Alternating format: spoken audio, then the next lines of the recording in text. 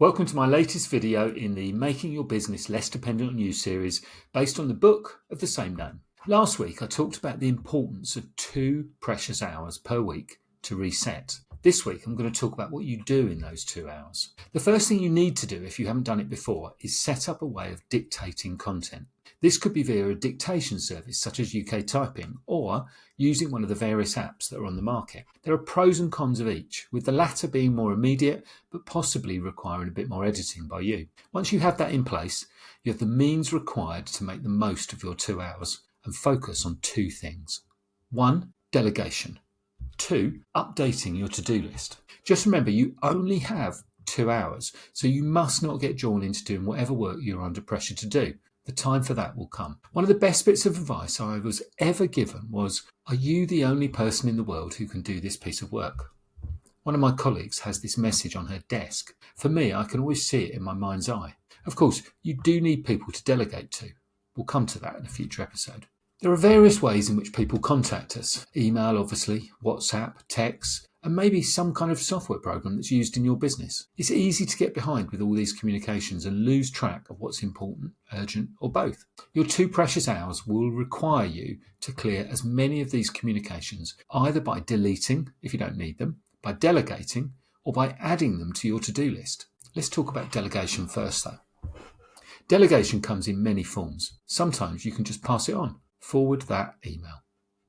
But what about the things that need your input though? There are some things that only you can do. Get it on the to-do list.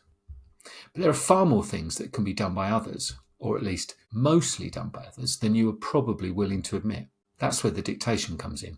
Dictate clear instructions that will be understood even if you are not available to explain. Next stop is your to-do list. If you haven't got one, you're never ever going to make your business less dependent on you. There's an almost 100% correlation between those who are in a muddle, drowning in urgent and important tasks, and those who do not have their to-do list up to date.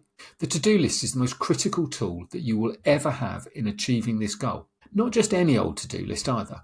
This one needs to have everything on it, and it needs to have a set of numbers down the side. There is software out there that you can use, but I prefer a simple spreadsheet. The reason is the data sort function. When the to-do list has got a little bit out of control, I just delete the numbers down the side and then reorder them in order of priority. Now this in itself is interesting. Do you prioritise based on urgent or important? There are plenty of techniques for doing this and I won't go through them in this email, as I'm sure you can find your own. But once you've got your to-do list up to date, everything needs to be in order of priority. Not high, medium, low. That's nonsense. If you've got 20 things that are high, which is the one you're going to do first? It might be the one you prefer doing, leaving the thing that needs doing most urgently or most importantly simmering away in the background, ready to cause you problems further down the line. So now you've got everything in order. It could be a long list. It might be a little bit overwhelming. But the worst case scenario is that you know exactly what you need to do first on Monday morning. Maybe it will get you out of bed a bit earlier. If you've still got some of your 2 hours left, the next step might be to set some hairs running. I'll cover this in a later video as well, in a bit more detail, but essentially this is finding things further down your to-do list that can be done in part by someone else. More delegation. And now you're ready for the week ahead. No surprises. Next week, I'm going to talk about how to get some help.